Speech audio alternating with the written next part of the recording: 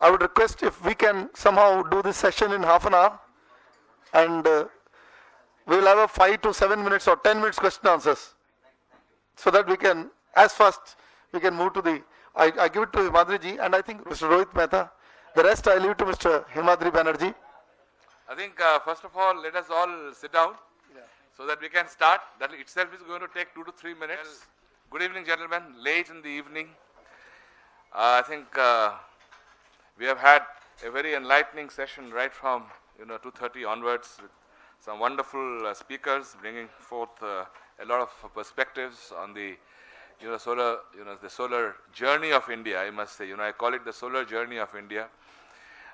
Though we did start a little late, but I think the way things are going, we intend to catch up with the West as quickly as possible. I think it's not very far that we will be one of the leading nations in the solar area.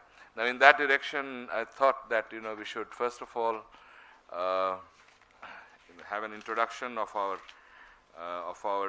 panel members, so that we can carry on with this panel discussion. I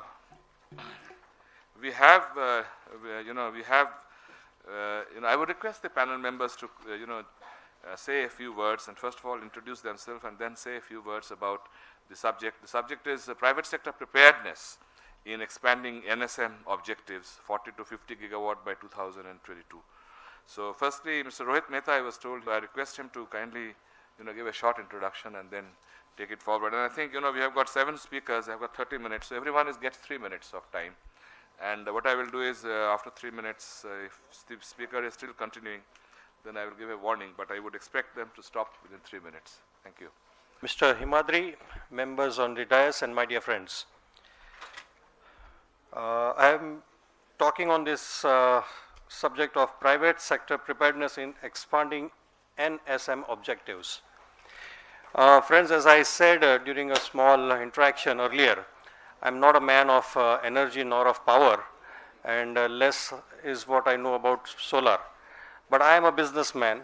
I am basically a technical person. I am from the electronics field.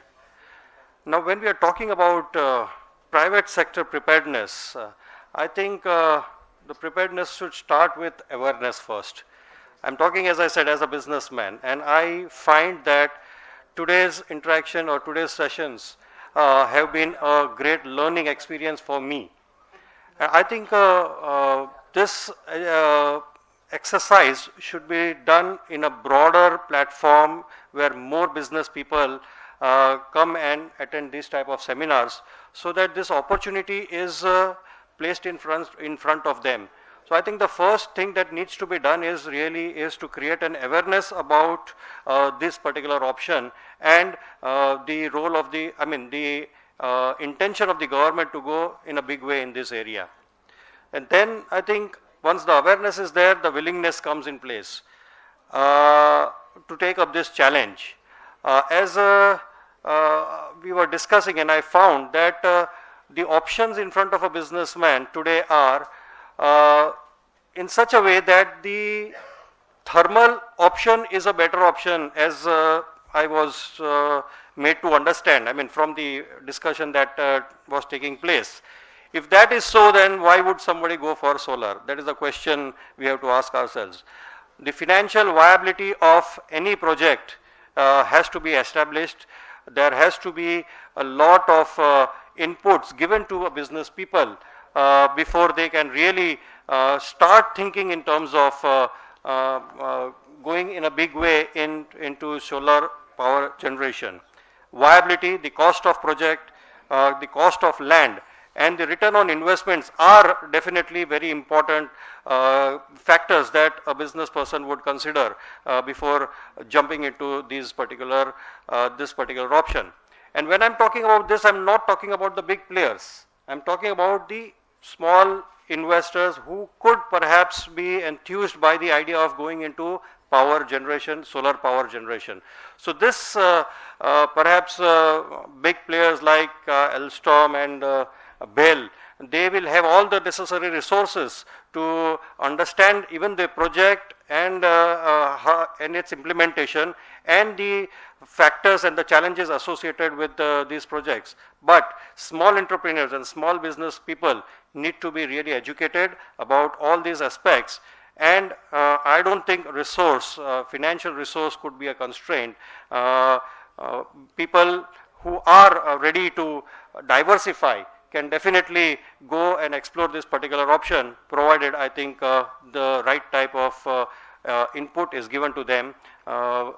It could be through the government platform, or it could be through the platform of such seminars created by Inertia and Professor Iyer. So I think the preparedness of private players comes with these factors, awareness going to be a very important factor, and then the viability of the project. Thank you.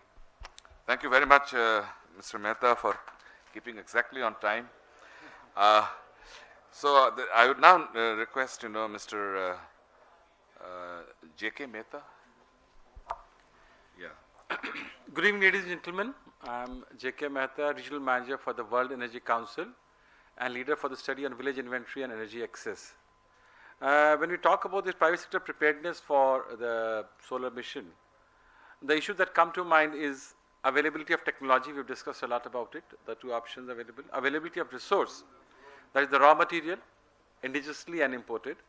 The human resource, we need, when we think of 40 and 50 gigawatt, the quantum of human resource required to be trained and skilled, that's a paucity of that. So we have to keep that in mind. And availability of finance. Then third thing is availability of market, which has been established, that the pull factor is there, that a market is available, need is there. Then we have to have conducive policies to promote manufacturing. We've talked of the semiconductor policy, we've talked of other initiatives, we've talked of the MNRE's initiatives on the, then NVVN's initiatives on this thing. All these have to support a conducive market to encourage an entrepreneur or industrialist to have make it a business sense. And these are the key issues that need to be addressed, and I feel that it's the right environment. And what to cap it all required is a cooperative R&D initiative, because we are in a phase of a transition. A lot of breakthrough technology are on the horizon. It has to be very important that the technologies adopted for manufacturing have a longer horizon of perspective to make business sense. So it is very important that there has to be an initiative of a collaborative R&D with the industry and academics involved. And WEC is doing some role in building the gap between the corporates and academics to bring out a collaborative initiative and take out this forward in a long-term perspective. Thank you. Thank you very much, Mr. Mehta. Our next speaker would be Mr. D.K. Gupta, President and CEO, TEIL Projects Limited. D.K. Gupta, I work with TEIL Projects Limited. I would like to share with the August gathering my experience and perspective of engineering consultancy company and a EPC contractor where I spent over 38 years with Engineers India Limited. Because today what I find this scene in solar is much like what we had in hydrocarbon late 60s. And we took the mission that we will build hydrocarbon India. Because at that time, less than 6% equipment were being manufactured in the country and 94% equipment plus were being imported. And today the scene is 2% are being imported and 98% plus are indigenous. To my mind, this is a very, very relevant model which is applicable for the solar industry today. PPAs have been signed by the project developers who, many of them don't have the project management and engineering capability. Therefore, it's extremely important, since they have won the projects based on the tariff discount, it's extremely important for them and for the success of the solar mission that the right engineering company and the right EPC companies are associated for the project implementation. Because for every project, what it requires is right selection of the technology, good sound engineering, reliable sound equipment with guarantees and warranties, erection and installation as per the design, and finally operation and maintenance. Sound equipment are always procured with huge inspection base which the company must have, so that the quality of the equipment is controlled right at the manufacturing. And then through the construction supervision, it is made sure that the equipment are erected as per the design. What I find is that we have received many requests for quotation, wherein we are just given 2 weeks to quote for EPC bid. It's unrealistic. In a hydrocarbon sector, it takes 3 months plus to make a proper bid. When the project has a perspective of 25 years, and O&M for 25 years is being taken, why you are giving 2 weeks time to the EPC contractor to make a bid? It's unrealistic. So my first request is that let the project developers select the right engineering companies and select the right EPC contractor and go through these 4 steps. And capex alone is not the only important criteria. It is a lifetime cost which is the important criteria. And making EPC contractors stand for 25 years of O&M makes no sense. If Rajasthan and Gujarat are going to have a multitude of projects, there can always be a common O&M company. And now assume, how can anybody today give guarantee for 25 years and cost for 25 years when technologies are changing? We have heard today in the earlier section that inverters are improving. We know thin film. When we talk of the efficiency, they are projecting that in few years the efficiency would 1.5 to 2 times it will go to. So technologies are changing. 25 years, I don't know whether this inverter would be there, whether the junction boxes what we have, they may become a museum piece. So lot of unrealistic requirements are being put in the tender, and ultimately, in my view, the whole project implementation is getting skewed. And that is where I would request the project developers to see long term, rather than just passing on mitigating risk by taking finance from the bank and passing on all the risk to the EPC contractor. No, it's not as simple as this. It's a little more complex than this. Now, how do we meet this target? I know in petroleum sector, all PSUs were told, and we allocated 2% of our net profit on CSR project. And I know few case studies. Few companies adopted village and they put up a PV plant, and that gave the light to a sort of 100 house, etc. These are the models which the industry have to adopt voluntarily, because it is for the national growth. And in my view, I am firmly committed 40 or 50 gigawatt is too little. We must be targeting 100 gigawatt. It's a clean energy. What do we need? Its cost we are projecting for next 25 years. It's extremely difficult to project 25 years. So, and as it is, I am seeing the different costs. Today itself, I am getting the parity with diesel, because I just made a study for installation of a rooftop installation at one of the building block of our old company, and I find that it is giving me 18% IRR on 9.5 rupees per kilowatt. So I think we should be very ambitious. Like today we are hydrocarbon India, why can't be solar India in next 10 years? It's achievable. The only thing is we have to have a vision, we have to have a dream, we have to have passion. And for rooftop, in my view, we must revisit the designs of the rooftop. I have seen NDPL, I don't know how many of you have seen. It was a storehouse without a roof. They have constructed a roof and 1 megawatt is generated. So there is a need, rather than going on the sloping roof, there is a need to relook at the design, and there is a huge potential on rooftop installation.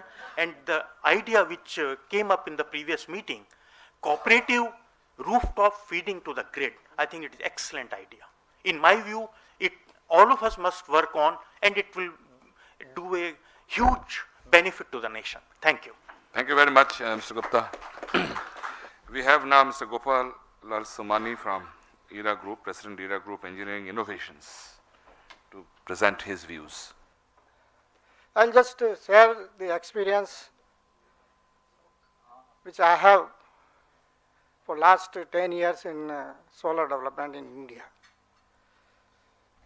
Let us talk the situation before NVVN bidding. Because we registered 2 projects, one 5 megawatt for PV and 50 megawatt in CSP. As we initiated for sourcing out the equipment and called the suppliers. Suppliers used to come and ask only one question: what is the tariff you are getting? And once this reverse bidding process was over, the situation entirely changed. The people started coming and they were asking, what is the volume of the business we are getting? So you see these 2 scenarios. Before the NVV bidding, most of the suppliers were interested to know the tariff and adjust their prices to the tariff what we are getting. In that scenario, none of the developer, investor or the entrepreneur were very safe for their investment decision to take. But now the situation has changed. After the competitive bidding, reverse bidding, the real price has come to the market now. I have worked how to get the entire solar equipment done in India. There are entrepreneurs, there are scientists, and there are research institutions like IIT Bombay, IIT Delhi, IIT Chennai. These are the places where a lot of research work has already been done for cost reduction and getting all these resources like mirrors, reflective coating, structures. Definitely, our company itself is quite competent to make all type of structures required for parabolic trap, the towers, or even the mounting the PV panels. The cost, which used to be around 8 to 10 crores for getting only the structure, civil works and all electrical works, now it is possible to be done in 5 crores. If this is the situation, I think it is a call for all suppliers and manufacturers to support our indigenous skill, integrate them and bring this solar mission to be successful. And once we achieve certain reduction in cost of power, which is affordable to the Indian public and also to the Indian government, I think this capacity of 40 to 50 gigawatt, which is planned now by 2022, it may go even up to 1,50,000 gigawatt, 1,50,000 megawatt, if the prices are self-sustaining within affordable limits of the power. So this is my experience I am sharing, and I have a great vision for solar because I come from state where 15,000 kilometers of area, if converted into the parabolic mirrors, solar PV panels, solar towers, it will be possible within the solar mission target of 2022 to generate 3 lakhs of megawatt energy only from Rajasthan. Thank you. Thank you very much, Mr. Somani. The other thing I know about Mr. Somani is he is very diligent. He keeps very good records. He has got the entire, I have had the occasion to, discuss with him regarding the cost build-up for a solar thermal power plant. Now, which is quite an intriguing kind of a question, how to build up a cost. So if any one of you would need, any advice, you can always contact Mr. Somani because I have found him to be quite knowledgeable on collecting information and data on the entire value chain across the, the total, solar thermal power project. I have not much of an interaction with him on solar PV. I'm sure he must be also having a similar database which he can share with us. Then go to Mr. Raut, Head Renewable Energy Hrithik Projects Limited. Mr. Raut, kindly speak on the focus subject of either manufacturing or solar PV as a private sector player. Good afternoon, sir. I am very happy to address all the August session here, because depending on my previous experience with solar energy with IREDA, NTPC and Moser Beer, so we have got that experience to deal with this matter in a very, very lucid manner. The way the cost is, tariff cost is being publicized and decided by NVVN, it is not an impossible task. We have calculated along the entire value chain of the products and all the subcomponents, modules, inverters, support structure, cabling, earthing, string configuration, evacuation, everything. It is first for our 5 megawatt, we are going to implement 5 megawatt project in Andhra Pradesh. It is going to be commissioned before December 2011. We have got all the offers and we are quite competent and confident also, both that within 55 to 60 crores for 5 megawatt we will be able to commission the project. Number one, we have made certain in-house experience, because we have already done the serious activities. Whenever I was in Moser Beer, we know what are the components you should attack. You should know that factor, otherwise you will not be able to figure out which part we are going to address. First is module. Module is 50% cost. Support structure, then inverter portion, because many of the friends, they are knowing that inverter is a very tricky item. You have to be very, very serious about this issue. So we have taken number of offers from different companies from India and abroad. We are quite confident that the domestic suppliers, in collaboration with the foreign suppliers, it is possible to cut down the cost. So within 55 crores for 5 megawatt range, I think it is quite possible to agree the tariff of 11.95, whatever we have agreed with NVVN. And regarding the special attention of the betterment of the 40 megawatt scale, whatever the gigawatt range they are giving, 40 to 50 gigawatt, in my own calculation it is much lesser. I have addressed some of these issues. Suppose if you take the railways, more than 5 lakh railway stations are there, airport, 100 numbers of airports are there, 200 thermal power plants are there, the space availability is very huge, rooftop. If we take minimum 1 million square meter, I think it is a very enormous megawatt capability can be achieved, and the industry premises and the telepower, you know that more than 1,50,000 teletowers are there. If you take 10 kilowatt system in a one policy is coming now, very short time ministry is coming, because I was in IREDA, so they are aggressively doing this activity. I think it is possible to address this 40,000 megawatt within 22. Much before that it is possible, and my request is there, if we decreasing the cost in a very, very lucid way, I think 10 rupees per unit is a very, very practical one. It is possible. If international funds are coming with 6 to 7% or 5 to 6%, ADB, World Bank, they are coming in this, I think that copper fund is to be developed, number one. Number two, the implementation strategy is to be strengthened by the ministry itself, because monitoring is a very weak area they are doing. Number two, if solar development fund and solar development authority is formed, I think that is the best way to address all these issues. Whatever the discussion we have made in the early morning and the second session also, everything can be sorted out by the National Solar Development Authority in the similar way of National Highway Authority. If Highway Authority is there, Solar Authority can address these issues and they can bring the fund from outside.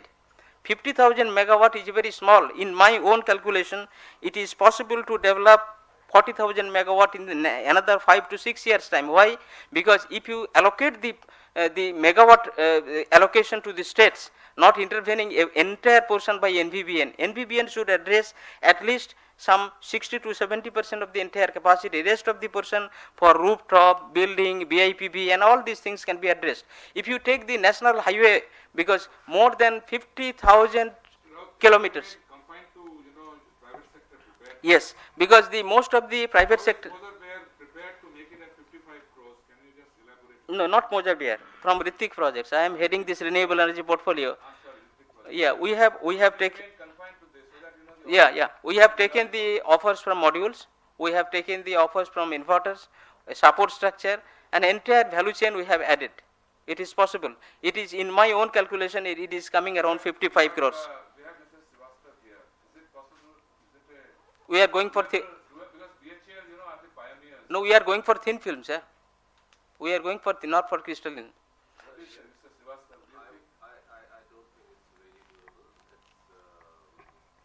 Even if you go for thin films, but thin films have their own efficiency problems, their own time duration problems, and their own extra No. land requirement. I hope you are factoring in all the elements. Yes, we have already acquired the land in Anantapur. Anantapur region is having a very good sunshine area. 55 crores means 11 crores per megawatt. 11 crores per megawatt.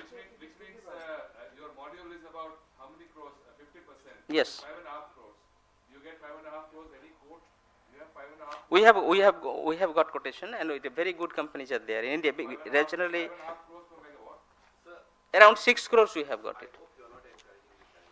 No, we are not. We are not encouraging Chinese. It is an Indian company having foreign collaboration. I would like to speak on this, sir. You have got some more experience on this. Is it possible to do this at this price? On PVRS, anyone else has PVRS experience? Engineers India Limited, EIL, Tata EIL. I think about 11 plus, 11 plus. Yes. No, with Chris Penna, about 12 crore is coming to you. No, I think there is reason to believe in view of the way the prices are coming down, the way the development is taking place in terms of efficiency, and if the volume grows, definitely this kind of prices will come down. Whether this The volume, it is in the 5 megawatt offer of Hrithik projects. He has got 55 crores. This is remarkable. The BHL is that it is not possible. No, sir. One point. Another point is there. I have missing. there have been We are having a portfolio of 60 megawatt in hand. I'll give you independent data. Yeah. No BHL, no ethic projects, no nobody. It was a publicly open tenders of NTPC and Mahajan. And the lowest price which came in NTPC was 12.86 crores per megawatt. And this is It was for 1 this- megawatt, sir. Because whenever you reduce the Then capacity, cost will go up. five, sir. Five for Dadri. 5 megawatt for Dadri. Acha. And Mahajanko was also, Mahajanko was 2, but NTPC was, and NTPC has the requisite quality and technical evaluation systems. So therefore, I would think it's quite brave if you. Because I was previously working in NTPC also. I know many friends there. Anyone else has any other experience to share? No, we are not contending your 55 to 60 is a very good price. Very good price. We want to understand how to come to that because that's the magic figure. Because as EPC contractors, it is very difficult to come to this figure because we have to take cost of managing the risk. What is the time frame? You will be completing the project, your cash flows, everything. If you see, 11 crores is becoming very tough for the EPC, players in the country. Is that the IDC? Is that just the EPC cost or includes? No, including everything. He says it is I am telling you, my evacuation is only 2 kilometer. The cost is everything. He reduced there. says it is including So land, is including. very cheap. It is lease land, very cheap. Rest Yes, of the sir. project cost is coming in a very, very, very confident way. We have got offers. I will not name the companies itself. We have got offers and very reputed companies in India. So they are aggressively doing 100 megawatt in 2 years time frame. Naturally, they are very, very, very serious. They have their own No, but in fact, I will Not manufacturing, but they are taking some of the modules from Germany 2 years. and they are making the 2 EPC years contract activity in back India. from today. Would See, anybody believe 12.6 crores? Projects which have been completed, let us see. Today, a 5 megawatt project of Reliance Industries has been completed in Kemsar. Tatas have completed a 3 megawatt project.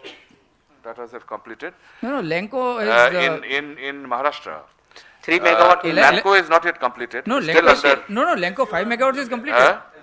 No, Azure Lenco, has completed 1 megawatt. That is 18 crores per megawatt. That is long time back. no, Lenco 5 megawatts is completed. No, Yeah. no. No. 334 kilowatts has only been commissioned till last week. We have the data. No, Lanco has commission, sir. Yeah, February, commission. March it is commission in Gujarat. 300. How They much are is it, feeding Mr. to the- Yadav? around 400 kilowatts. Only 400 kilowatt has been actually commissioned till last week. That is a record we have got from Lanco in writing. So let us not confuse this. They are, of course, going to commission the balance 5 megawatt is what they are planning, but only 400 kilowatt. So these costs of all these projects are beyond 13 or 14 crores per megawatt. So where is the question of 11 crores per megawatt is something which is really we need to understand, because if this happens, I think we have hit the nail on the head. And I think why I'm doing this is because we need BHEL to also appreciate this, sir, because you are the pioneer in this. So you have to give us this kind of a price. Then only we can come, because we are looking at BHEL as a leader. So you can really make it happen, sir. We are about to complete a 3 megawatt KPCL project at 14 crores. See, Mr. KPCL, It is 14 in crores. crystalline or thin film?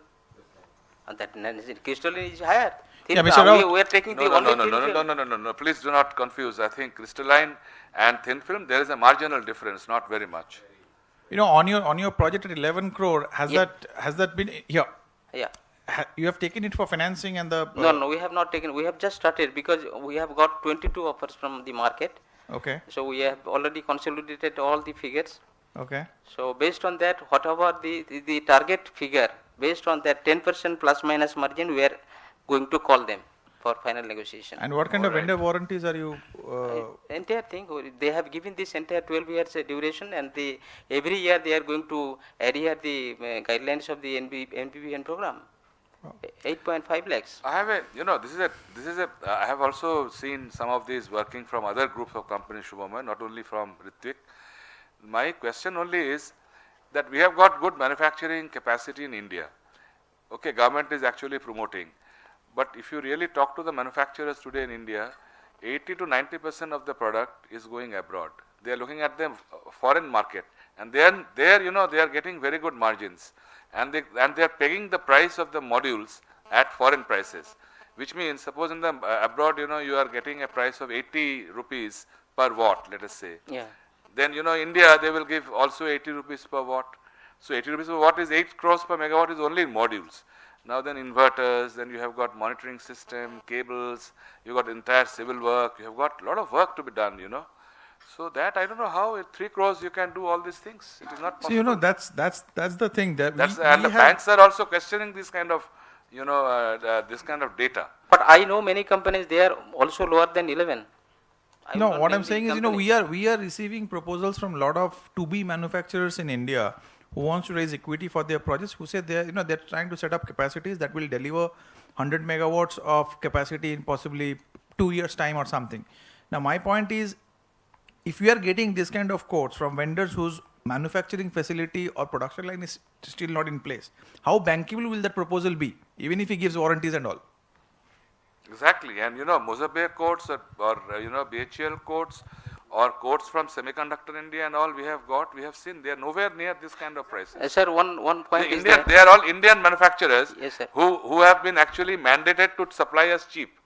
Yes, and who are already producing. And forget about good Chinese manufacturers, Suntech, Yingli and all, you can't match those prices. So I don't know, where And is the mystery of this whole one story? important thing I am missing here, we have targeted the lending rate, not 11%.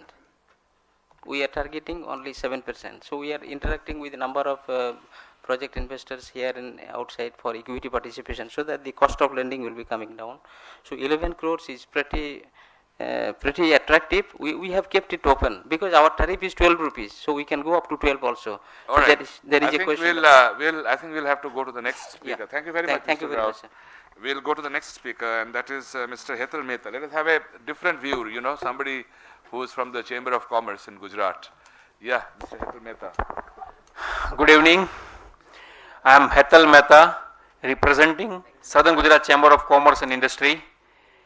And what we are talking of the private sector, we are representing the cluster of private sector rather at there. And we are supposed to play a major role in that case.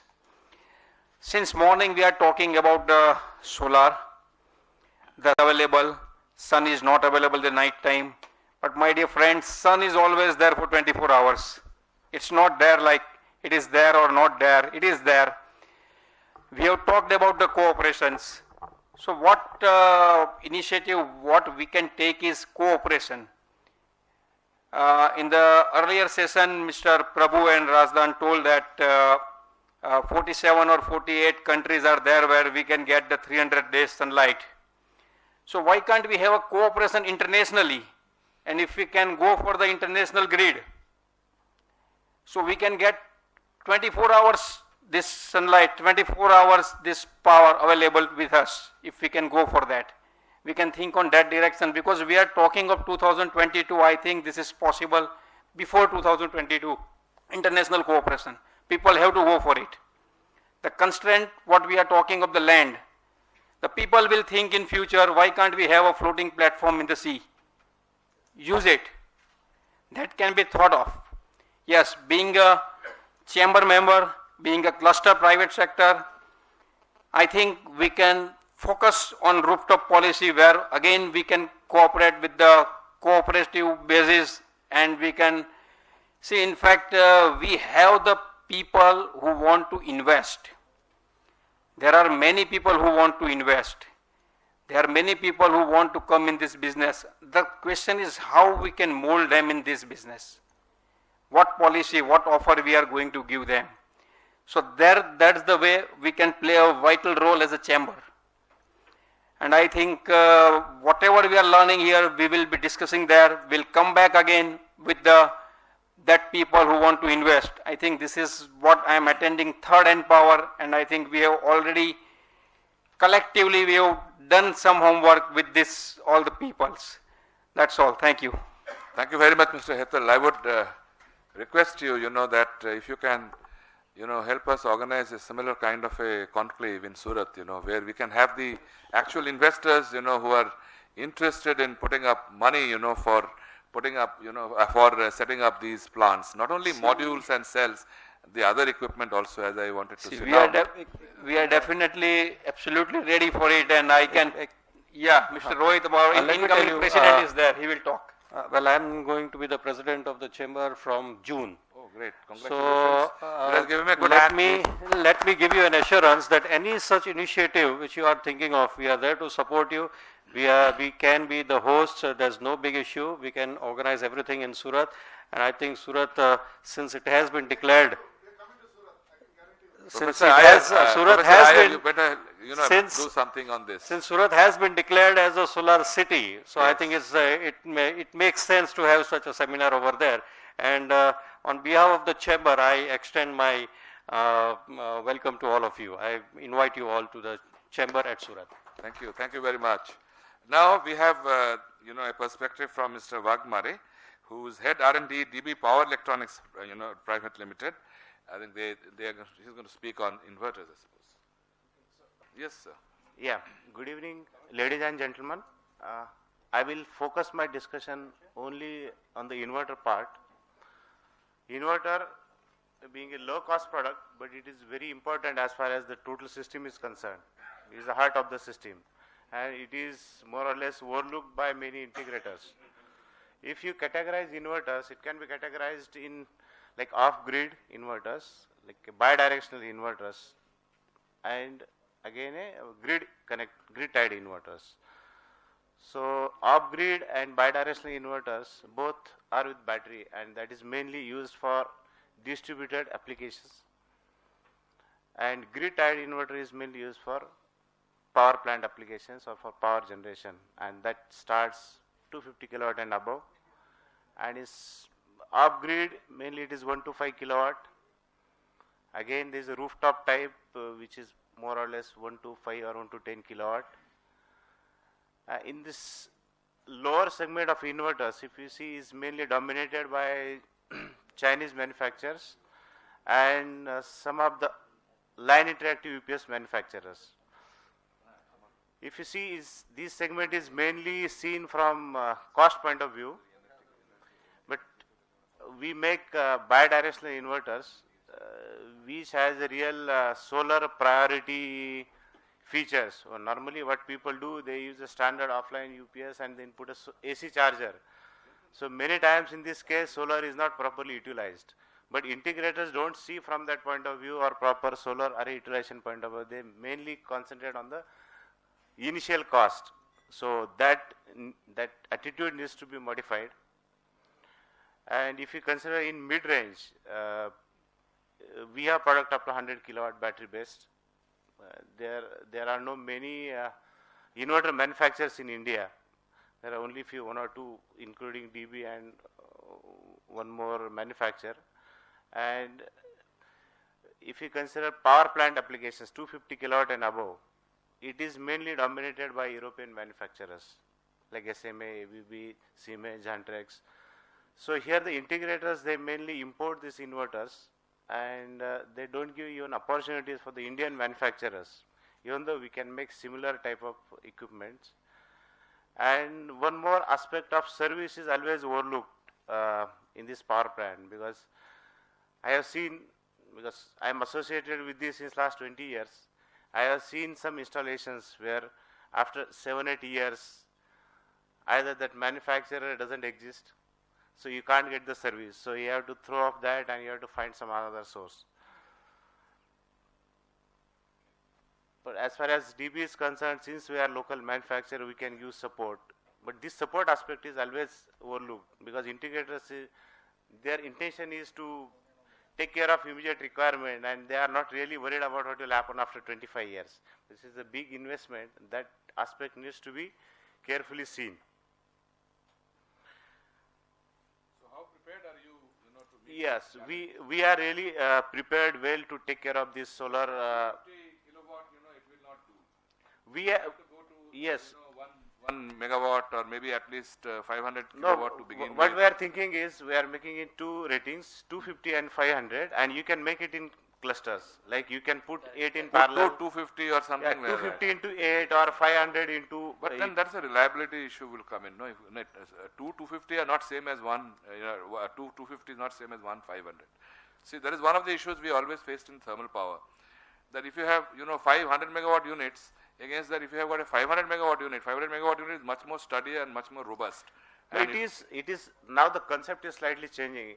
People are seeing from the modularity point of view. If you go for 2 into 250, then there's a better efficiency, overall efficiency you get than putting a 500 kilowatt systems. So now the trend, if you have seen some of the installations which has taken place, mostly it is a basic block is 250 kilowatt and it is used in multiples. Like for 500, you can use 20 systems in parallel. As far as grid is concerned, there is no limitation on the number of systems which you can use. But from modular point of view, from more number of modules will obviously mean more number of cables and more switches and more, unreliability of the auxiliary equipment. That is what we always cables find. also, in fact, it improves the reliability. What is said, if it's a modular equipment, you are putting 2 sets in parallel. If you are using 500 kilowatt, there is a 1 set of cables. I'll ask Mr. Srivastav, don't you think a 500 megawatt is much more reliable than 2 into 250? There is essence of reliability. 2 into 250, each 250 megawatt has say 0.9 reliability. Kilowatt, so 2 into 250 has 0.81, 0.9 into 0.9. So I don't think that there is a way out that we will be doing. Remaining at 250, I would request you to look at developing 500 capability. We are making 500 also, but this 250 kilowatt was I think written in this Jawaharlal Nehru Solar Mission. Oh, okay. This was recommended, so we are gone for this. No, some of the recommendations are doctored. We should not go for that. Okay. We should go for the one which is the best for the country. Yeah. It will be much more efficient. Obviously, a larger unit, is always better, and we have found that more care goes into the manufacture of a larger unit than a smaller unit. No, that's the case in steam turbines. When we used to have 100 megawatt turbines, the reliability of that compared to a 1000 megawatt turbine or a 600 megawatt turbine is much lower. Actually, I would like to share one.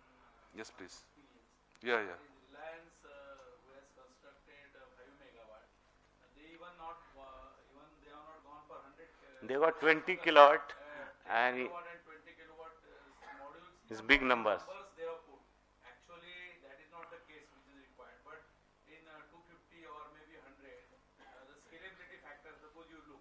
Okay. You know that the efficiency is maximum when you put maximum load. Yeah. So in the overall the communication network or the communication built within the system, there is a provision of circular redundancy where if the load demand increases, the wake up of the second unit becomes automatic, so that the grid connection becomes automatic to that extent. So maximum efficiency is being seen all the time. Here when you have 500 kilowatt and if you have a load less, then naturally the efficiency level will go down. As 25% load, efficiency reduces drastically. Say, but thanks to the newer technologies in IGBT based system, that at least above 75% or above 30% above, you get flat efficiency curves nowadays. But this gives you, because here efficiency criteria is important, even if I have 97.5% efficiency, but if the load is full, yes, you can get that 97.5. If two systems are being parallel at the same times, then your efficiency reduces. But here there is a provision by internal intelligence which is built in. If the load increases, the second system wakes up. So the efficiency is always taken into care. That is also one of the areas. No, I agree with you. There is a big debate going on in the world against this, modular inverter versus the centralized inverter. Correct. There is a big debate. I mean, there are two stories behind this. Yes. But as a power, power plant operators, we always feel that it is easier to manage one equipment than 10 equipment. Sir, for us there Let is me no. tell you, today everything is working all right. When things start failing, life becomes miserable of the maintenance guy, He has to keep on running from one inverter to the other. In the other case, there is one inverter, okay, it fails, we have got a spare inverter, or maybe we can repair it and put it in, and they last for at least, next 1 year. Actually for us, So this is a debate. I don't want to, anyway discourage you. My suggestion only, that as you are one of the leading manufacturers, we as developers and engineers like to also consider going in for larger size inverters, because that might be one of the good diversification opportunities for we you. can go that. That's already decided. Because so we have already decided. We have a to plan make to 500 manufacture kilowatt 500 also. kilowatt. And maybe we'll be going for 750 kilowatt also. And are you diversifying into the other components which go along with the inverter? Say, for example, along with the inverter, normally I have found inverter manufacturers also give string boxes. Are you going to make, because these are all smart string boxes, they are very special equipment, What we planned is to give a combiner and Combiner, total monitoring solutions, like SCADA monitoring solutions. Good, very good. I think that is a good area. I would request that you should look into that and also. monitoring solutions, then monitoring up to the point of, say, individual string monitoring mechanism also, so that you can have integrated with the weather, with the weather, so that you have performance monitoring. The entire thing is given. You are giving the entire thing as a turnkey, right? Yes. Very good. All right, gentlemen. Thank you very much, Mr. Wagmare. Thank you. Now that brings us to the close of this panel discussion. I wish to thank all the speakers. Now, of course, I just have about 5 minutes of question and answer session from all of you. If anyone wants to raise any question to the panel members, please, you are most welcome. Yes, sir. Can you take the mic and can you just identify yourself, introduce yourself, and then ask the question?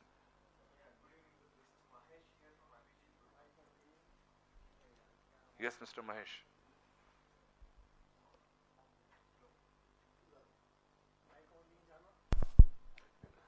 Yeah, I have a small, not a question-like thing to Mr.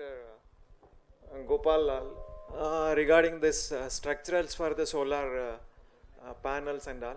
Actually, we doesn't only this. There are the 3 types of structures available in the world right now. That is LS3 or Eurotrough or another solar trough thing. If these can be, these are Eurotrough is licensing is available in Europe in the market also. Why these big structural player like ERA can take up a licensing or buy the licensing is costing about 2 million roughly. I think this can save us all, and they can even pull all the developers into them, towards them to supply the structural server. I think the first phase of the solar mission, there is already allocation of 480 megawatt CSP installation, and most of the developers are opted to go for parabolic trough. And this particular capacity, structure, fabrication, galvanizing, and making it to the international standards is an engineering exercise. And for this particular capacity of 480 megawatt, I don't think we are not capable to do it. It's only engineering exercise which will lead us to achieve the results. No, sir. If we get the drawings, if we get the quality standards, definitely it is possible to fabricate the structures. Yeah. No, that's what I am asking you. Actually, why you cannot take initiation for buying this licensing? Why? Because these structurals, whatever is that Euroturf. Yeah, why license is required? We only need the drawings. No. We only need the drawings, and we will carry out the engineering and get our own patent done. Maybe We'll that take the patent. no, that's right. You may for that definitely we need some lot of time to develop a structure and get it to be standardized in India and all. Okay, that may be second phases and next future phases it can be happening. I am not denying it, but to meet a present demand or to meet the support yourself, support your organization and support the developers at present stage. Why can't you process for a licensing, some structural licensing from somebody? I think Mr. Sumani, here's a suggestion. Yes. You can consider this suggestion Yes, in your yes. company. Yeah, any other question, please? Yeah, I have one more small request to the Chamber of Commerce from Gujarat actually. Yes, please.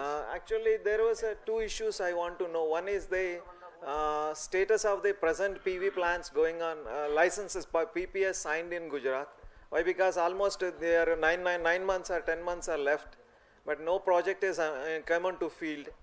What is the status there? Actually, what is that Chamber of Commerce is supporting in what way them? And second thing is Gujarat government is not providing any water allocation for any CSP plants. Actually, why I request this Chamber of Commerce to put some pressures onto the Gujarat government for giving that water allocations to the solar thermal power projects. Yes, I sir. think it's Thank a very you. technical subject. I mean, we are not really informed also, and we are not even competent to talk about it. But if you can give us whatever are your apprehensions or whatever are your suggestions to the chamber, I think we can look into this matter. I think, Mr. Professor, you can maybe in your communication to the Chamber of Commerce, this is one of the points we would like to discuss. Thank you really, very much. One of the things that Gujarat is not really giving the water, water clearances very fast. They are giving all other clearances. The other thing we are facing problem in Gujarat is that this land use change. It is taking too much time, and many of the developers are stuck up. For 6 months, I know many developers are stuck up because they have not been able to purchase the land and change the land use. Now, if the land use is taking so much time, how can projects? This PV project is supposed to be done in 5 months, as Mr. Srivastava was stating in 5 days per megawatt. But I think even if we do it in 5 or 6 months in India, we would have done some wonders. But if it is taking 6 months to get a land clearance, I think the developers will lose all the interest. Though Gujarat is the foremost state in the country, but here also we are facing this problem, especially in Kutch, run of Kutch and that area where you have the highest level of solar radiation. Anyway, any other question? Anybody else? Okay, so since we have no other question, I wish to thank you again. And now we have got a small, small responsibility thrust upon me by the organizers. That is to give some gifts to all my panel members. May I request Himadriji to give the mementos first as the chairman of this session. First memento to Mr. Gopal Lal Sumani, please. President ERA Group.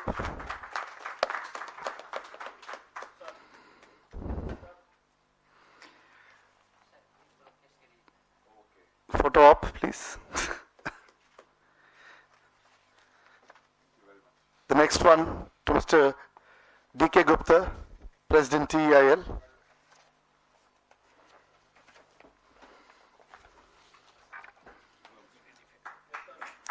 The third one to our co-chair, Shri J.K. Mehta, who is the regional manager of the World Energy Council. World Energy Council is also partnering most of our forums, in fact, and also part of Alliance with Inertia. May I now request Mehta Sahab also to give a few mementos, if possible, to our next speakers. First to Mr. Shivaji Wagmare, DB Power.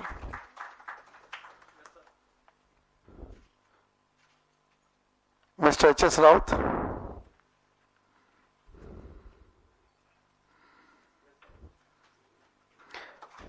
I will also request him to give the mementos to our chambers from Gujarat.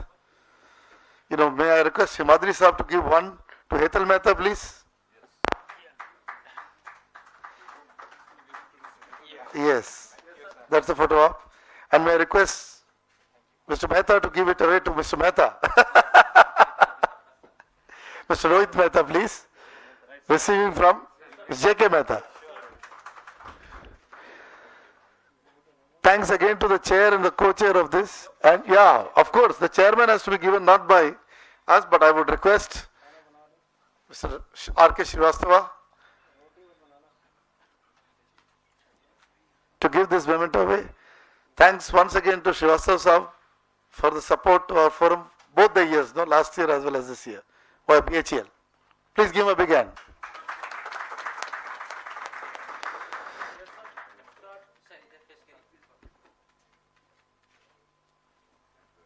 Thank you, Madhuriji. I must thank you from the bottom of my heart. We had very nice discussions and will continue to interact.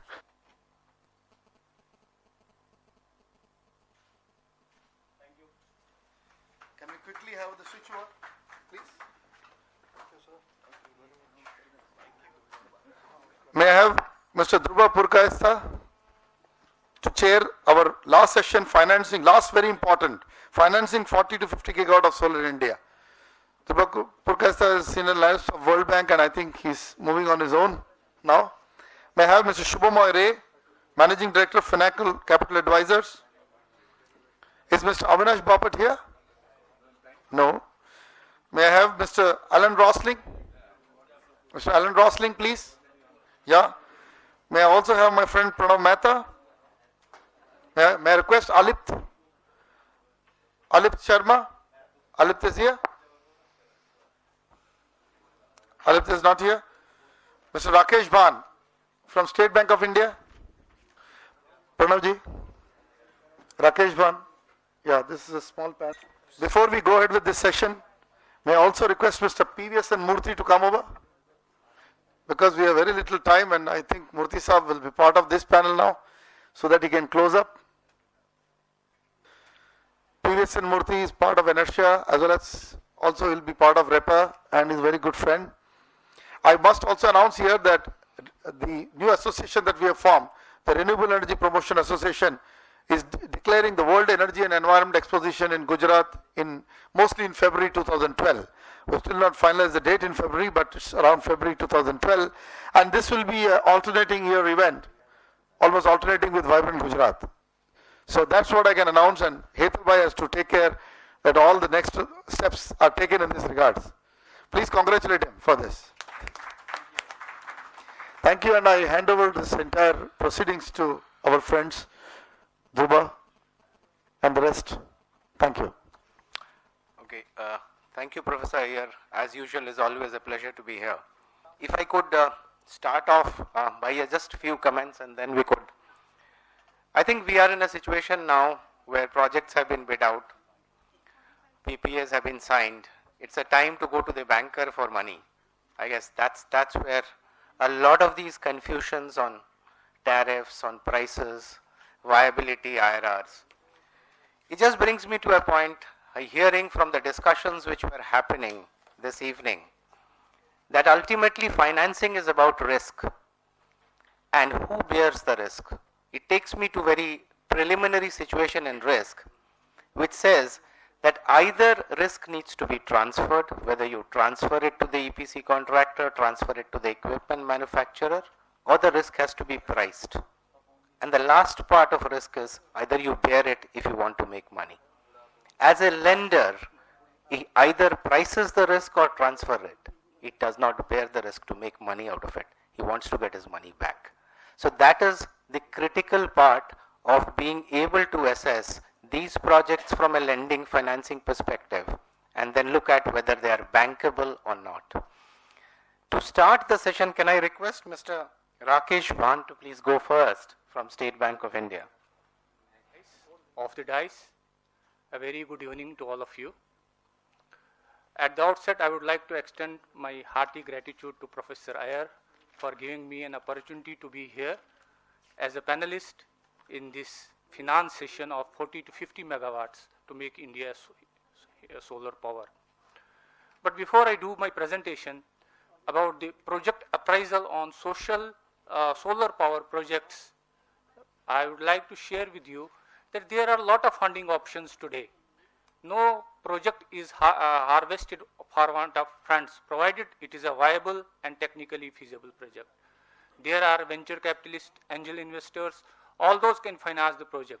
But we in State Bank of India finance the project by means of debt. And I shall go with my presentation. This is the overview of my presentation. The key points about the project appraisal of solar power projects.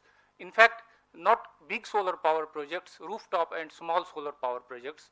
We have recently received 2 or 3 projects from Haryana, from Chandigarh Circle. Well, I would like to open the presentation with this thought, that importance of finance to a business is just like bullet to the body. You can see that what will happen to a business without finance? It will perish. Similarly, finance is most important requirement for any business venture, and for that matter, solar power project. When a project comes to us, firstly, we see the project report, the solar power project report. It contains basically in 4 types of informations if we club in summarized way. This is managerial and entrepreneur aspects, then power selling information, technical information, and apart then financial analysis. We as project appraisal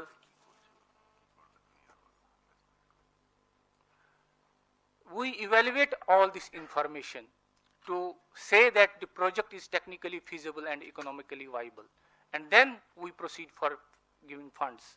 How do we evaluate? We evaluate managerial and entrepreneur competency, we evaluate power selling capability, then we evaluate technical feasibility, then financial viability, and lastly the collateral security part. As all of you are aware that bank is a commercial organization, it does not give finance without collateral. That's up to only 1 crore as per RBI guidelines, we can give finance collateral free advance. In managerial, there we analyze the entrepreneur, who is the man behind the show, the knowledge and power, skill, educational qualifications, past experience, then all attitudinal aspects, leadership, decisiveness, integrity, all qualities of an entrepreneur. We just interview that guy and see whether he is capable of achieving all these qualities. Attitude, skill, knowledge, and past experience. Then we will be able to achieve this 40 to 50 gigawatts.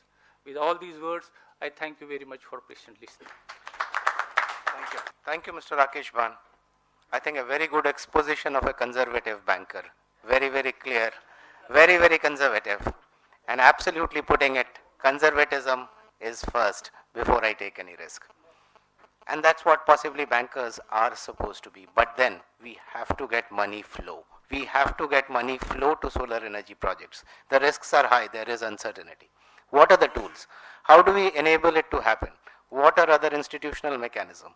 Are there any financial instruments which can enable this to happen? Can we have some financial institutions and banks take a higher risk in the light of higher return? Can risks be mitigated in some manner? Because all in all, the country, the developers, the business fraternity, the citizens as such want this to happen. So money has to be made to flow. Now, are there any mechanisms which could be useful? I would just request Shubhamoy Roy to kind of throw some light on what can be done. What are the issues of lenders? How they can be mitigated? Is there something that we could derive out of this, while the bankers remain conservative? Talking to Dhruva on the sidelines, and Mr. Bhan's presentation actually helps me a lot to get started on what we were discussing just before this.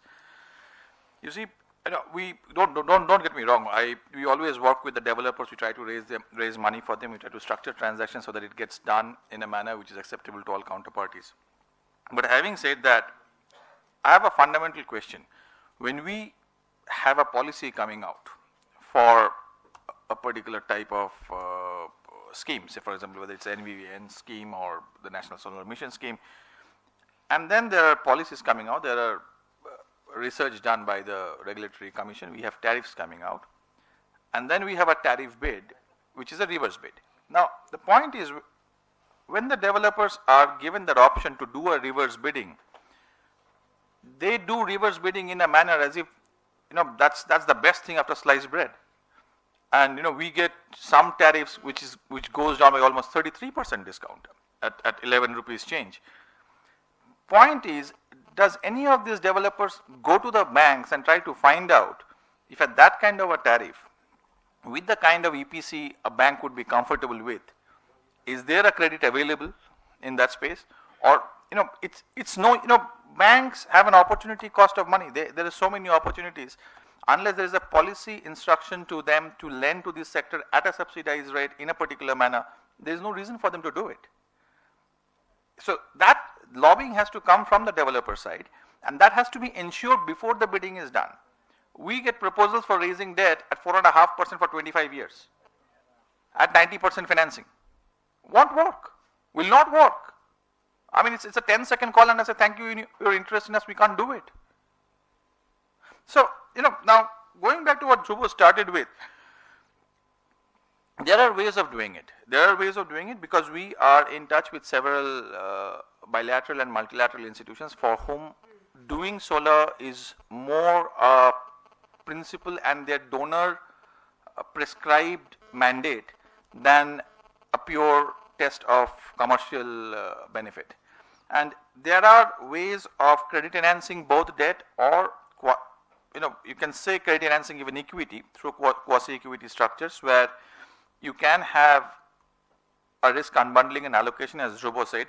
You can see what kind of risks you can allocate. Now, when Mr. Raut was speaking, I said we get proposals from 2B manufacturers who come in and say, oh, we will set up I'm setting up in Vizag a 200 megawatt capacity which will start supplying in 2 years from now. Now, even if it comes with all kinds of warranties and everything, those EPCs will not be bankable. So you have to allocate your risk and find out a bankable bearer of that risk so that you can give that to an EPC contractor, and then you are left with a credit and operating risk which you either address adequately to the bank or you absorb and price it into your financing scheme. What I'm saying is we have now established contacts with several multilateral groups who are willing to step in here and do credit enhancement. And these are monies or supports, credit and off-balance sheet supports which can flow into projects on a non-recourse basis depending on their standalone viability. That's because their perspective is different than commercial lending. So this can actually bring down project financing cost, and this can also bring down the early stage risk on the bearer of that risk so that he can take a bigger exposure. So, when we saw the Moser Bayer project being financed by IDB at 50% leverage, it's a 15 rupees change tariff in Tamil Nadu. So, if IDBI is giving only 50% leverage for a project with 15 rupees tariff, what leverage can you expect in an 11 rupees tariff project?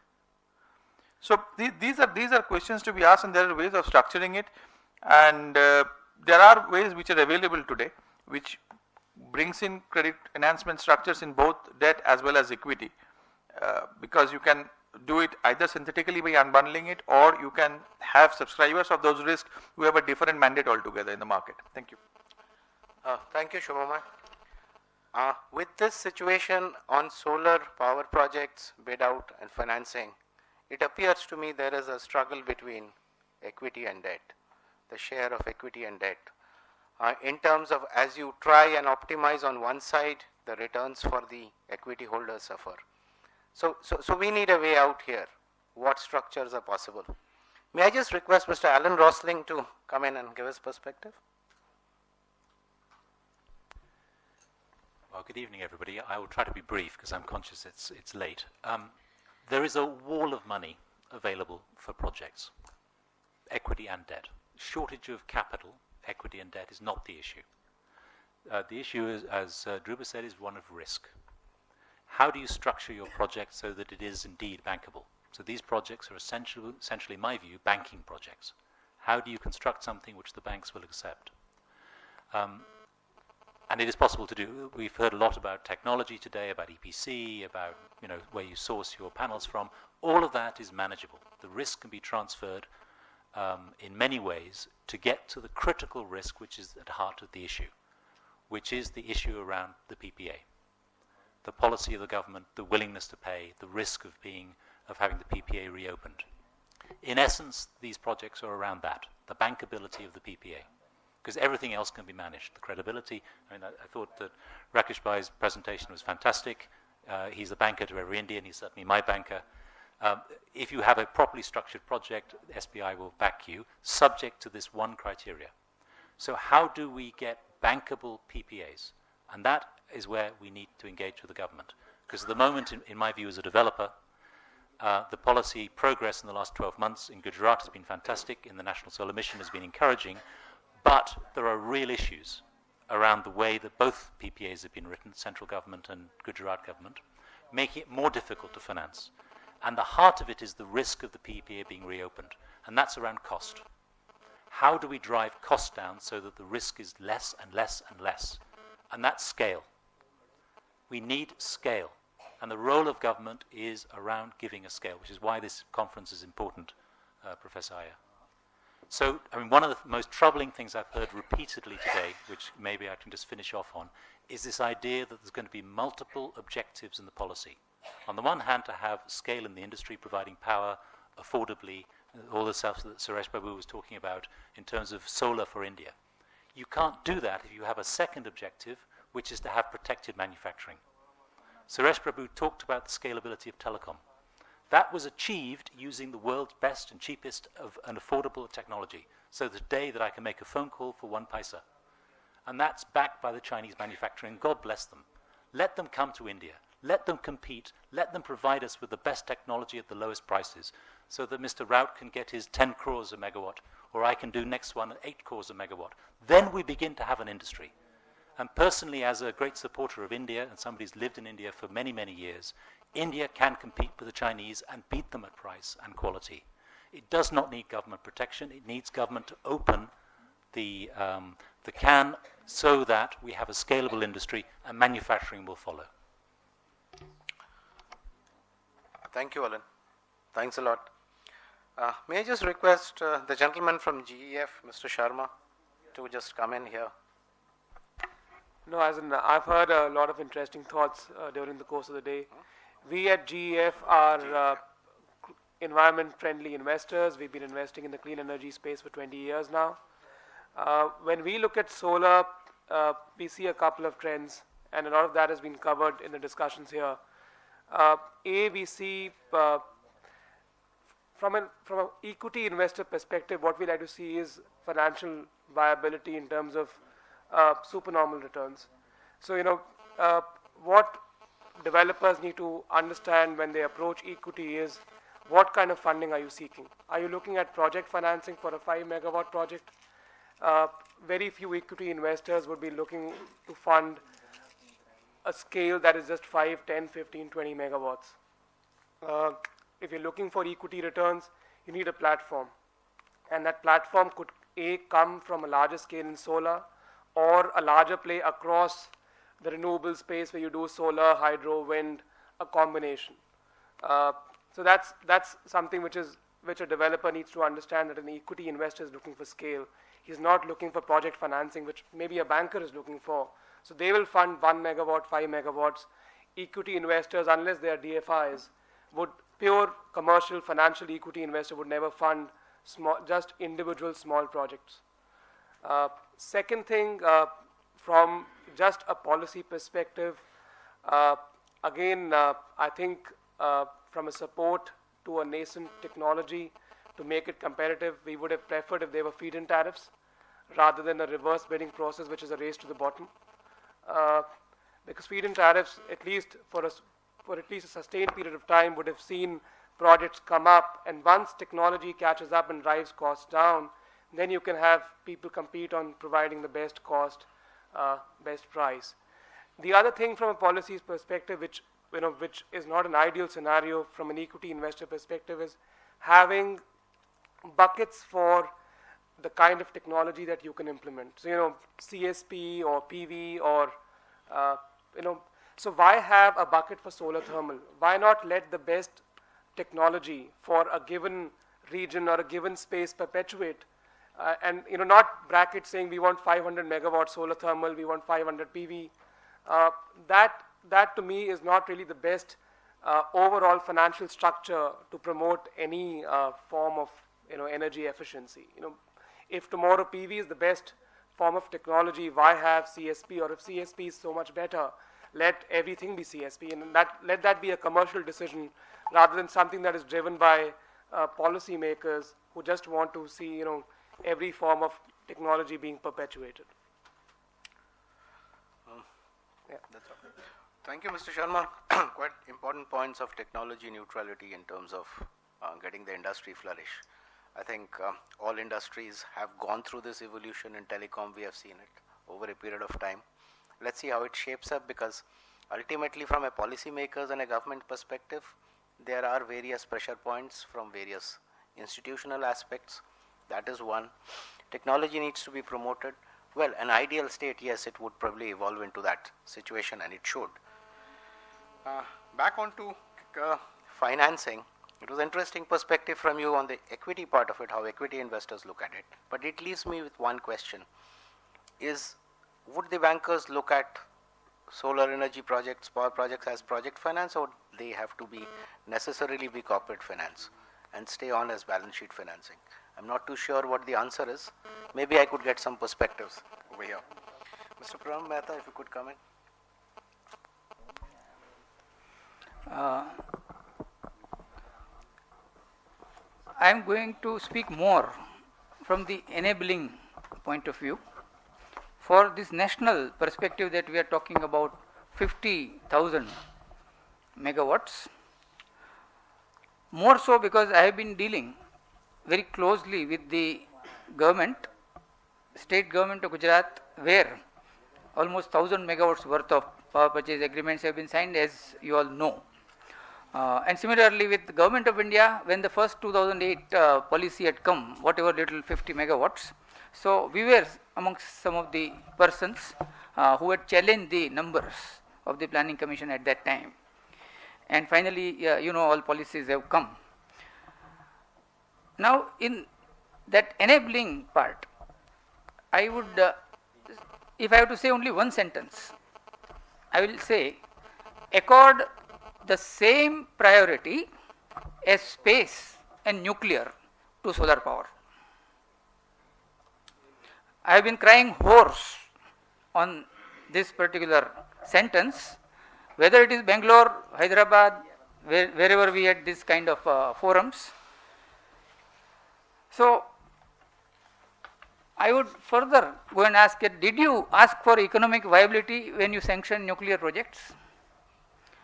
Did you ask for economic viability when you sanction space projects, at least in the initial stages, and space even now today? Nuclear also I am not very sure.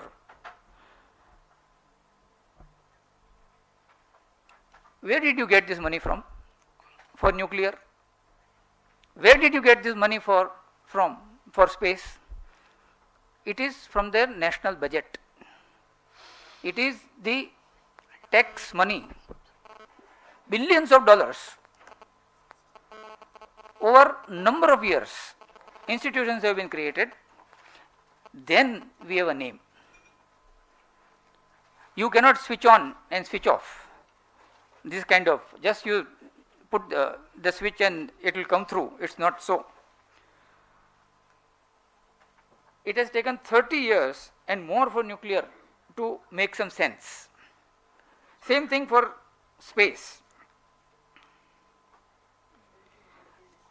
One more thing that I would always like to say in terms of this enabling, that I am not talking of these individual projects of 20 megawatts, 25 megawatts. I am saying that from the national perspective, make it viable.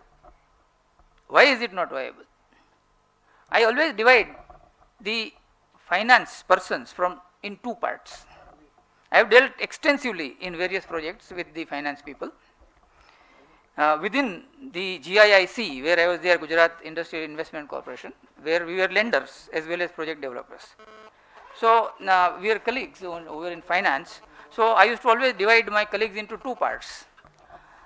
There is one finance man, one set of finance men who say, no, this cannot be done. But there is another set of finance men that this cannot normally be done, but if you do it this way, this way, this way, it can be done. So we need that kind of finance persons if you want to really achieve the target that we have in mind. As Mr. Rai pointed out, there are bilateral and multilateral funds available. We are going to organize a similar event, so I know the financiers are very keen to participate where there are good projects. Financiers are also looking for good projects and good managements, as he has rightly pointed out, Mr. Alan Rosling. And considering the developments like improved efficiency, price of PV modules coming down, let me assure you, we can make solar viable in less than 10 years if we don't talk of 5 years. As against 30 years, we could make sense in nuclear and space. So as a nation, give it priority. I am sure that we will make it viable in less than 10 years. As you all know, already First Solar is talking about less than $1 per watt. And I am sure it will be commercially available. They have already tied up with some people I am aware of. Another thing is the administrative aspect. Space is directly reporting to the Prime Minister. Nuclear is directly reporting to the Prime Minister. Whereas in our case, a small paltry, 500 megawatts, for that we are depending on so many babus, where they divided into 5 megawatts each. Are you making a mockery of the national mission? In fact, let me share with you the views of a former Union Power Secretary, not Mr. Razdan, but somebody else, who confided in me, and he says that our national solar power mission has been botched up. And I am also of that view. It is my own view. It speaks volumes coming from a former Government of India Union Power Secretary. However, if we are serious, it is eminently possible to finance 50 gigawatts of solar power. Let us look at some numbers. 50,000 megawatts at roughly 10 crores per megawatt eventually would amount to 5 lakh crores by 2030-31, that means another 20 years. If we divide it for 1:2 equity kind, this 5 lakh crore will work out to 1,66,000 crores in 20 years, which would mean in 20 years means per year you require 8,300 crores per year. Don't you think for a country like India it is possible to allocate this kind of resource, both as nation and all states put together, or done it nationally and then you allocate to various states? To my mind, yes, it is possible. Once you have this equity, I am sure there will be people financing, especially when you are going to take so much of CO2 load off the environment. So internationally also you can pitch in that I am going to have 50,000 megawatts and equivalent CO2 reduction. I am sure the balance part, which eventually will be recovered from tariff, can easily be financed. There are another important issue which in the morning and later I told Mr. Anil Razdan, and I think Himadri also touched in the earlier questioning. Feed-in tariff, and I think other speaker also touched, feed-in tariff versus reverse bidding. I think that is an important issue which we must debate, maybe in a separate seminar. My own view is that feed-in tariff initially for 5 years is very much necessary so that you have some stability. You cannot within 1 year of announcing feed-in tariff go for reverse bidding. And another principle that we have been following, and I have seen results for that in Gujarat, I must say, investment follows policy. If your policy is sound, investment will come. There is no doubt on that. Incidentally, in Gujarat, we are going ahead with initial rooftop. Gandhinagar has been declared as the solar city, Surat has been declared as the solar city, and we have already requested bids for rooftop solar. All in all, I will say only one sentence: accord the same priority as space and nuclear to solar power, and everything will fall in line. Over. Thank you very much. Thank you, Mr. Mehta. I see your point. I think deriving out of what you said, all focusing on financing, I think you're pointing to a possibility of a state role, a possibility whichever way. There is possibly a case of subsidy, whether it's directly done, whether it's done through financing. There is, Alan had made a point, there's a wall of money which is sitting, which is wanting to find its way to good structured bankable projects, which have positive externalities in terms of reduced carbon emissions and so on. So I think there is a need for a case of government intervention which could facilitate this from happening, facilitate this towards happening, sorry. Thank you all. Can I hand over the stage to Mr. Murthy now, please? Good evening, everyone. It's very interesting day right from the morning with all the sessions, where there's a lot of debate about feasibility of 50,000 megawatt and how we are going to implement it. That's the main problem coming up. If you see, mainly the points coming up are the policy, which has to drive the whole thing. I think that's one of the major issues from the government point of view, which needs a lot of efforts to make the policy much simpler, which can drive the growth.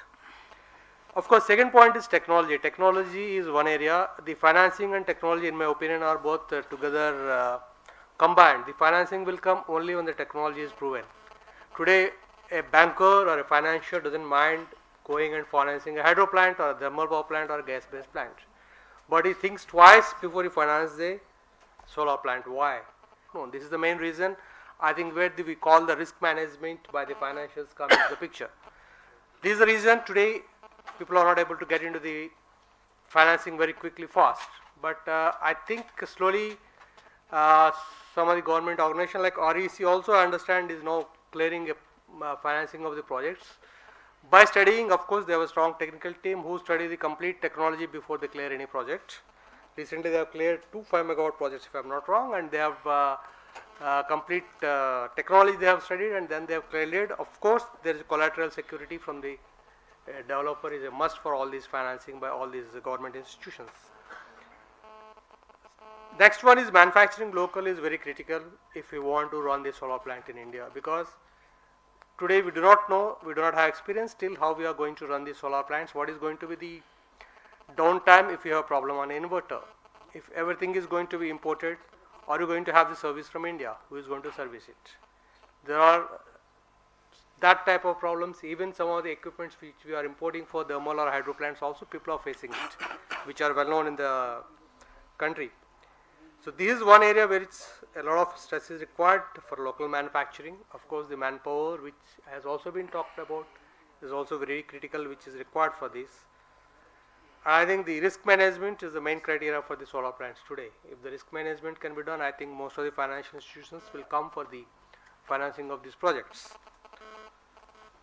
And definitely it's feasible. And one of the major things, I think 2 suggestions which have come, if you are talking about a 5 megawatt, if the cost is coming about 75 crores to 100 crores is the investment, I think big industrial houses, this money is nothing for them to invest, in my opinion. And that's where I think you can say Reliance Industries 5 megawatt operating or Tata's 3 megawatt operating could be the reasons. They might not have bothered much about the financing from anyone. So this is one of the reasons where the solar plants can move faster if the big industrial houses are going to put their own money and show how the plants can be run and how the things can be operated in the country. That will give a lot of confidence to the financial institutions to support these solar projects in the country. And with all these suggestions, what we are talking different type of things, I think is it's not a big task to achieve 40 to 50,000 megawatts. Should much higher than what it is required for the country, and this is going to be the clean energy which should be targeted by everyone. And I think it's feasible, and the white paper which professor is going to work it out, I think is going to bring out all these things into the system. And on behalf of Falcon Media, we thank you all for staying back a little late. We are delayed by more than 1 hour. And we thank our sponsors, Abhijit. We thank our sponsors, BHL, DB Power Electronics, and Visa Power. And thank you all. Thank you very much. I had asked a question that if you want to put 40 to 50 gigawatts of power through a generation-based incentive, who is going to provide this much of money? The consumers? The government through what kind of tax? Or how budgetary? What kind of budgetary supports? I don't think this is feasible in India. I mean, that was the question I had. Do anyone have any answers to that? Or you feel that it is feasible to meet the generation-based incentive gap? There is a gap, which has to be funded by either cross-subsidy. I want Dhruva to answer that because I have a different view. Okay, Yeah, tell me. I'll take that. Your view also, let us hear, no? No. Everyone, that's the reason why the PPAs are, still, not very sacred document. Because everyone's scared that PPA will it be I'll after speak 5 over- years also. I'll speak the over government cocktail. cannot put But money you have to from tell where the the truth. PPA will be. PPA will have no validity at that time. See, yeah, it's a good question. The question is, such a huge amount of generation-based incentive ultimately is a form of, either it's a form of subsidy, which government gives.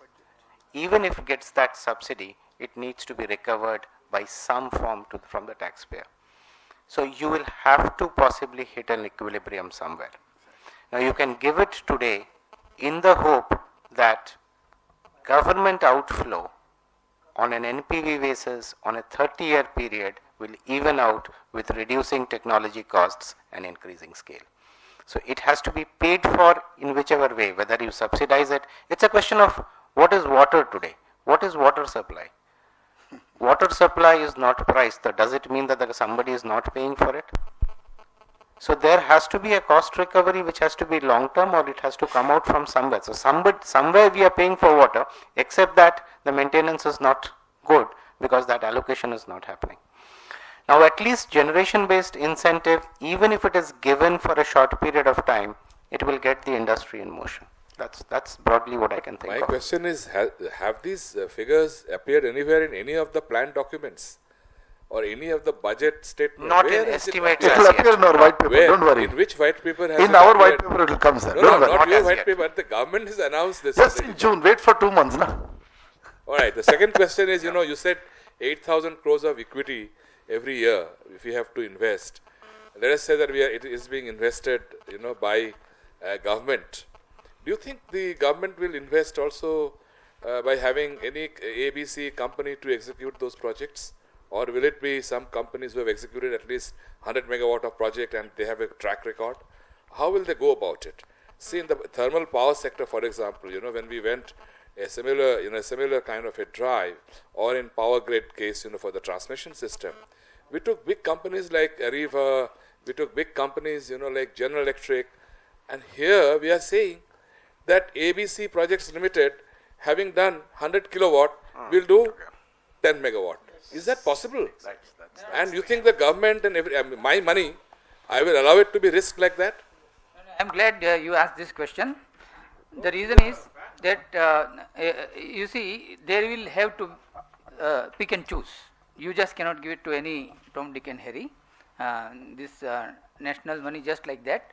Of course, we have to have a proper institution like IREDA, which will monitor all this, and in that top 50 suppliers in the world, number 1. Similarly, India, whatever you insist that indigenous manufacturing, etc., I don't see for the next 5 years that anybody has the total capacity. Let us understand that we were 0 megawatts at in 2008, and today also we are at 13, 14 megawatts, nothing more. So let us not unnecessarily be impractical and say that use all Indian equipment. At the same time, in India also you pick and choose who will use this equity, who will do this. There are n number of good companies. I would not say n, but really good companies in power sector, as you know more than me. One would trust even a conventional power plant person who is running. He knows what is involved. So there will have to be some criteria developed. But to my mind, no, but I think BHEL per se there is nothing wrong. But if the elder brother is loaded so much, there have to be some younger brother sharing. So that is where we are sometimes making a mistake, that we always depend on one particular government institution, and government institution, whatever you take, however efficient. We will have the gifts for everybody. Please come over. Oh my God. This question. Right now the crystalline technology we are thinking bank, because it is time tested technology. 2 months, I'm holding them on, Yeah, I know. Chalo ji, let's have the gifts, please. May I request Dhruba to please, Dhruba, Murthy, everybody. I think Dhruba should hand over this to Shubhama. Photo up, please. Please give a big hand. One for Mr. Alan Rosling first. Mr. Alan Rosling for his fine views. The next one for Mr. Murthy. Murthy Saab has been a great ally and friend. We really are owing a lot to him. Another one for Mr. Pranav Mehta. Pranav ji, please. Pranav Mehta ji, for coming all the way from Surat. Sorry, from Ahmedabad, I'm sorry. May I request Alan to give the next ones to the SBI friend of ours, Mr. Rakesh Ban.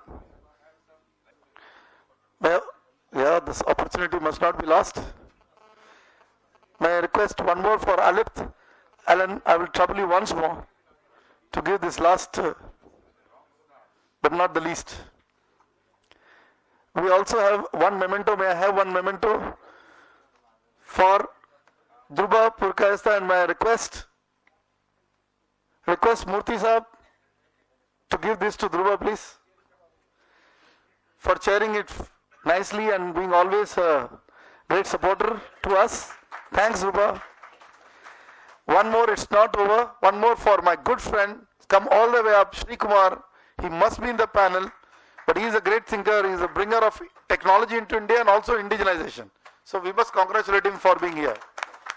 Unfortunately, he was in a different frame, did not participate today, but Shri is an amazing guy. New things, innovation.